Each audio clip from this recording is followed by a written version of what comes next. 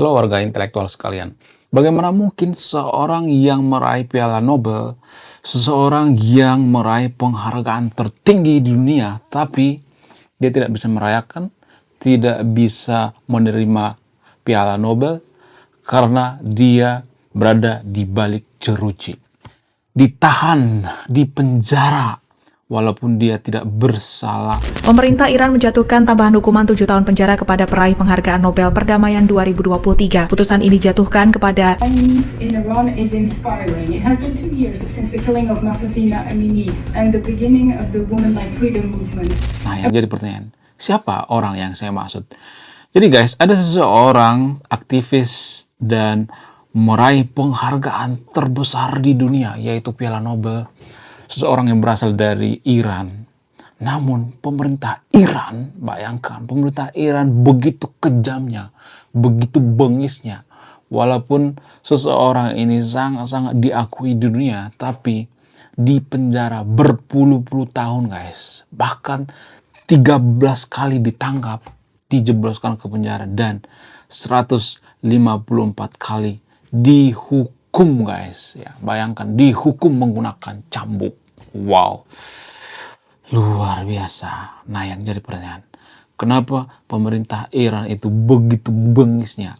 Kenapa Ayatollah itu mempertahankan kekuasaannya itu dengan berdarah-darah, ya, dengan sangat-sangat sadis? Dan di Konoha, Ayatollah itu banyak mengidolakan, dan ini sangat-sangat memprihatinkan menurut saya pribadi ya.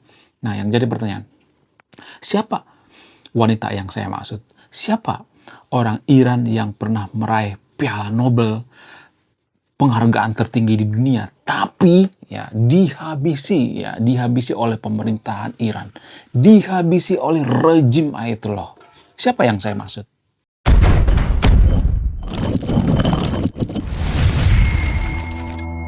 Jadi guys, wanita yang saya maksud barusan adalah seorang bernama Mohammadi. Jadi seorang Mohammadi ini sangat-sangat luar biasa. Dia salah satu warga Iran yang mendapat Piala Nobel guys. Piala yang sangat bergengsi. Bahkan di Konoha sekalipun gak ada yang memenangkan Piala Nobel. Tapi di Iran ada. Yaitu oposisi daripada Ayatollah. Bukan koalisi tapi oposisi. Jadi awal mulanya sebenarnya Mohammadi ini bukan seorang penemu, ya, fisikawan, ilmuwan dan lain sebagainya, tapi dia adalah seorang aktivis ya. Kalau di Konoha itu ya mirip-mirip seperti Munir lah ya, Munir dan lain sebagainya. Lalu dia dihabisi, dia aktivis ya, dia memprotes pemerintah. Dan yang terkenal dengan aksi daripada Mohammadi ini adalah yaitu protes terhadap penggunaan hijab. Dan ini yang bikin Ayatollah murka, marah. Kenapa? Karena ya ini adalah proyek daripada Ayatollah untuk mendoktrin umatnya. Mohon maaf ya, saya tidak mengkritik agama di sini ya. Tapi Ayatollah menggunakan agama untuk topeng kekuasaannya, untuk mempertahankan kekuasaannya. Agama nggak salah. Agama itu netral ya. Yang bikin agama itu bermasalah ya orangnya, umatnya. Walaupun ya di video sebelumnya saya udah bahas nih ya, walaupun ketika saya tanya sama AI mengatakan ternyata ayat-ayat dalam kitab suci agama tertentu ya di Konoha itu memberikan peluang, memberikan semacam kesempatan buat umatnya untuk dipelintir-pelintir. Jadi menurut AI ya, ini bukan menurut saya, menurut keyakinan AI, menurut keyakinan ChatGPT mengatakan ternyata ayat kitab suci itu terlibat. Ya, bukan hanya orangnya ternyata, tapi ayat kitab suci itu terlibat. Untuk apa? Untuk dipelintir-pelintir, ya, dipeleset-pelesetin, ya, kemudian digunakan untuk apa? Untuk mempersekusi agama lain, ya, kemudian untuk membungkam kritik. Nah, sama halnya yang terjadi di Iran ini. Ya, kenapa Mohammadi ini dibungkam, dipenjara berkali-kali, nggak hanya sekali ya. Bayangkan berkali-kali dipenjara, bahkan ya durasi masa tahanannya itu nggak cuma setahun 2 tahun, tapi berpuluh-puluh tahun sampai 30 tahun guys. Wow, gila banget. Tidak hanya itu, ternyata ya suaminya juga dipenjara guys.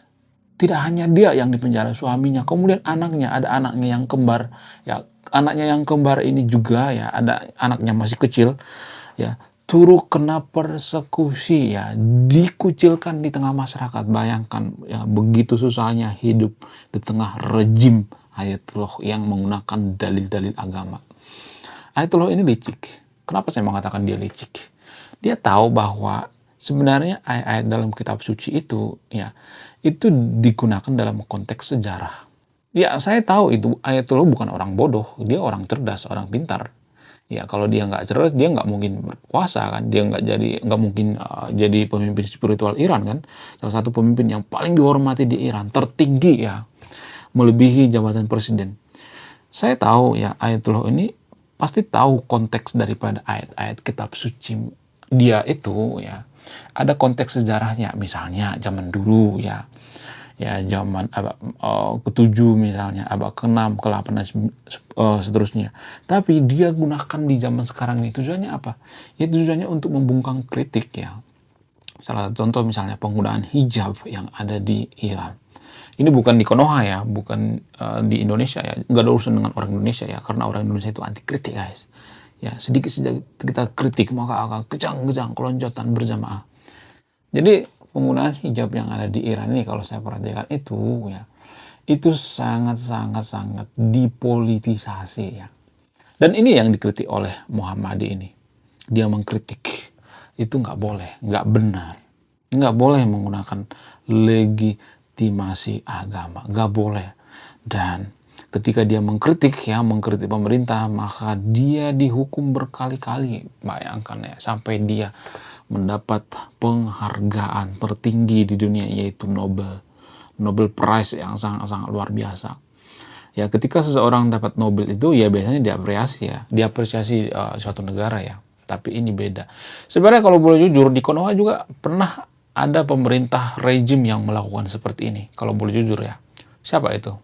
Pak Soeharto. Mohon maaf ya bagi pendukung Pak Soeharto ya. Jadi pada saat zaman Pak Soeharto ada seseorang dari Indonesia yang dijagokan atau berkali-kali, sekitar 8 kali masuk nominasi mendapat penghargaan Nobel Prize.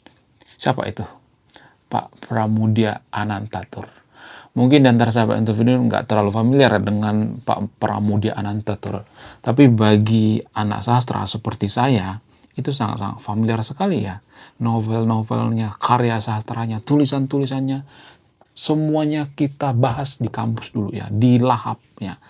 Dan pada saat zaman Orba atau pada saat rejim Soeharto, pemerintahan Orba saat itu sengaja menghalang-halangi, sekali lagi saya katakan, sengaja menjegal penerimaan Nobel dari Pramudia Anantatur ini. Apa alasannya? Ya karena masalah politik. Pramudia Anantatur ini diisukan ya, dia sebenarnya bukan kader PKI tapi diisukan condong ke PKI ya. Dia lebih mendukung yang namanya nilai-nilai PKI atau komunisme. Sebenarnya gini guys, mohon maaf bagi yang nonton video, saya tidak promosi komunis di sini ya. Di Konoha itu kan PKI itu kan disematkan negatif ya, kalau saya perhatikan ya, dicitrakan negatif. Sebenarnya kalau boleh jujur ya, konflik antara PKI dengan Dewan Jenderal ya tragedi G30 SPK ini kan sebenarnya perebutan kekuasaan ya. Kekuasaan antara partai dengan tentara dengan pendukung daripada Soekarno. Jadi saat itu ya, ini berkali-kali saya katakan ya, saat itu ada perebutan kekuasaan ketika Soekarno sudah sakit-sakitan, ada perebutan kekuasaan antara tentara di Konoha dengan partai politik bernama PKI. Sebenarnya ini permasalahan politik, nggak ada hubungan dengan agama. Kader-kader daripada PKI juga banyak kok yang guru ngaji apa segala macam ya. Jadi ini nggak bisa disematkan negatif ya. Bukan berarti saya pro terhadap PKI ya. Di Amerika ada kok partai seperti itu ya. Jadi itulah yang digunakan oleh Orba ya. Orde Baru menjegal Pramudia Anantatur. Supaya apa? Apa tujuannya? Supaya jangan banyak orang Indonesia yang mendukung yang namanya ideologi komunis. Itu sebenarnya tujuannya. Ya. Jadi ini ada unsur politiknya ya. bagaimana dengan yang ada di Iran ini? Sebenarnya yang di Iran ini juga agak mirip-mirip ya, sama sebenarnya rejim ya. Rejim Ayatollah dengan rejim Orba sebenarnya sama aja sebenarnya, sama-sama berbahaya ya. Orba nggak bawa-bawa agama sih ya, tapi Orba bawa ideologi ya. Jadi pada saat pemerintahan Orba itu perang ideologi bukan perang agama ya. Jadi kenapa saya bahas masalah Muhammad ini guys? Jadi sebenarnya permasalahannya itu sangat rumit sekali guys ya. Kalau banyak warga Konoha itu yang mengidolakan Ayatollah, maka mau nggak mau Konoha itu akan seperti Iran. Makanya saya sering bahas ini ya. Bukan berarti saya juli terhadap agama tertentu ya. Disclaimer on ya. Karena gini guys, kalau suatu negara itu sudah bawa agama ya, sudah menggunakan ideologi agama. Jadi ini sangat berbahaya sekali ya kalau misalnya pemerintahan Konoha itu sudah mulai mengarah ke Iran. Jadi kalau saya perhatikan sekarang ini ya, pemerintah Konoha itu sudah mulai mengarah ke situ kalau saya perhatikan. Kita itu sudah mulai mengarah ke kanan ya, ideologi kanan. Ideologi kanan itu kan ideologi agama ya, ideologi kiri itu kan ideologi komunis ya, tengah itu kan nasionalis ya, biasanya seperti itu ya istilahnya. Jadi kita sudah terlalu ke kanan kalau saya perhatikan ya. Kalau kita bandingkan dengan Iran misalnya, Iran itu sebenarnya kalau boleh jujur ya, mereka itu sebenarnya bukan negara agama lagi sebenarnya, sudah negara penuh dengan kejahatan. Ya kalau agama mungkin bisa aja ya, ada saja sebenarnya misalnya nih ayat-ayat yang mengajarkan perdamaian dan sebagainya, tapi kan Iran itu kan sudah mengajarkan permusuhan gitu ya. Ini sangat-sangat tidak bagus sekali ya. Jadi kalau saya perhatikan ya, jadi di Konoha itu kan banyak tuh yang membenci Iran ya. Ada juga sebenarnya yang membenci Iran ya. Karena apa? Karena Syiah dan sebagainya. Itu kan dulu ya. Kalau sekarang ini kalau saya perhatikan enggak. Mereka membangga-banggakan yang namanya Ayatollah ya. Nah, ketika Ayatollah itu digebuk oleh Amerika, digebuk oleh Israel, ya warga Konoha itu banyak yang nggak terima gitu. Bahkan saya dikata-katain antek Israel, antek Amerika. Itu ya, pada faktanya ya. Kemudian banyak juga warga Konoha mengatakan bahwa oh ternyata Iran itu menggunakan strategi yang sangat jenius, yaitu ya, di sebelah kanan menggunakan memegang pelatuk ya, di sebelah kiri memegang yang namanya diplomasi. No. Enggak guys ya. Kekuatan Iran itu sekarang itu kalau saya perhatikan itu ya kekuatan bawa agama. Kalau Iran itu nggak bawa agama nggak bakalan serumit ini ya. Ya karena ada unsur agamanya gitu ya. Karena Iran itu bawa ideologi agama ya. Jadi mereka itu sebenarnya ya mohon maaf ya, pengen menguasai dunia itu menggunakan ideologi agama, menggunakan proksi-proksi ya. Makanya ada proksi Hizbullah, Hama dan lain sebagainya, ada banyak proksi-proksi ya. Jadi tujuan mereka itu sebenarnya ya pengen seperti Amerika ya. Simpelnya ya. Ya kalau misalnya nih ya, kita melihat Iran ini, simpelnya mereka itu pengen seperti Amerika. Iya, ya mereka iri terhadap Amerika. Ya, mereka pengen menjadi negara superpower, menguasai dunia, tapi menggunakan dalil-dalil agama. Ya, jadi di zaman sekarang ini sebenarnya udah basi sebenarnya ya, menggunakan ideologi negara itu dengan ideologi agama. Sudah basi banget ya. Bahkan ya, pendiri negara kita juga kan sebenarnya sudah memikirkan ini jauh-jauh hari ya. Kenapa pendiri negara atau founding father kita itu tidak mau menggunakan ideologi agama seperti Soekarno misalnya. Karena apa? Karena mereka masyarakat pembaca, orang yang sangat-sangat rajin membaca ya. Mereka melihat bahwa kalau menggunakan ideologi agama itu seperti Iran itu, maka ya agama lain ya akan tersisih gitu ya. Sementara kan kalau kita perhatikan di Indonesia itu ya banyak campuran lah gitu ya, 9 naga ya, pengusaha di Indonesia itu kan rata-rata orang Chinese ya. Orang Chinese itu kan ada yang Buddha, Konghucu, kemudian Kristen ya. Jadi kalau menggunakan ideologi Islam itu sangat tidak mungkin ya. 9 naga itu rata-rata ya nonis ya.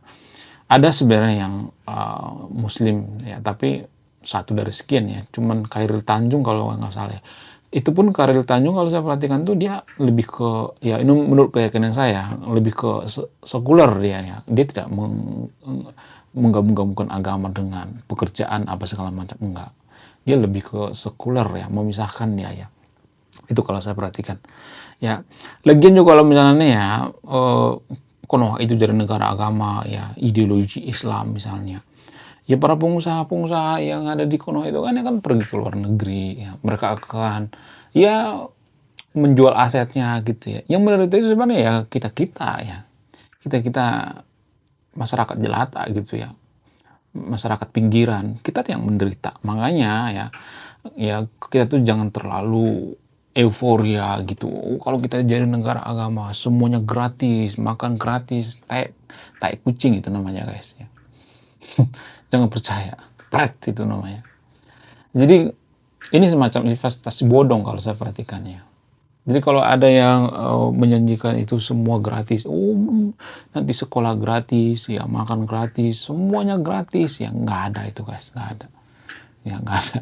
Itu cuman trik marketing aja sebenarnya. Kalau kita jadi negara agama itu harus makmur dan sebagainya. Nah, no, buktinya apa? Buktinya Iran tuh. Ya bahkan kalau saya perhatikan itu lebih makmur negara sekuler ya kalau boleh jujur ya. Tapi kan itu saya kata-katain, kamu anti sekuler. No, saya bukan anti sekuler ya. Tapi kita lihat kenyataannya. Ya buktinya Iran sekarang ini ya, bahkan seorang pemenang Nobel sekalipun ya di persekusi guys ya. Tidak dikasih tempat. Sebegitu mengerikan rejim daripada negara agama guys tanpa kita sadari ya. Kemudian selain itu kalau misalnya kita ya boleh jujur ya, sebenarnya Iran itu juga ada sisi baiknya ya kalau boleh jujur ya. Mereka juga ada sisi baiknya. Apa sisi baiknya? Mereka baik terhadap proksi-proksi mereka seperti Hizbullah ya, Hama dan sebagainya. Mereka baik kok ya. Mereka nggak ada masalah kok dengan proksi-proksinya. Jadi mereka hanya baik bagi kelompoknya gitu. Kelompok orang lain no. Itu yang ditentang oleh Amerika dan Israel ya. Tapi warga Konoha tidak mengerti hal ini ya. Warga Konoha hanya membenci Israel, membenci, dan membenci ya. Menurut kalian gimana? Coba tulis di kolom komentar ya. Sekian video ini. Terima kasih sudah menonton kami. Saya kaum intelektual, salam rasional.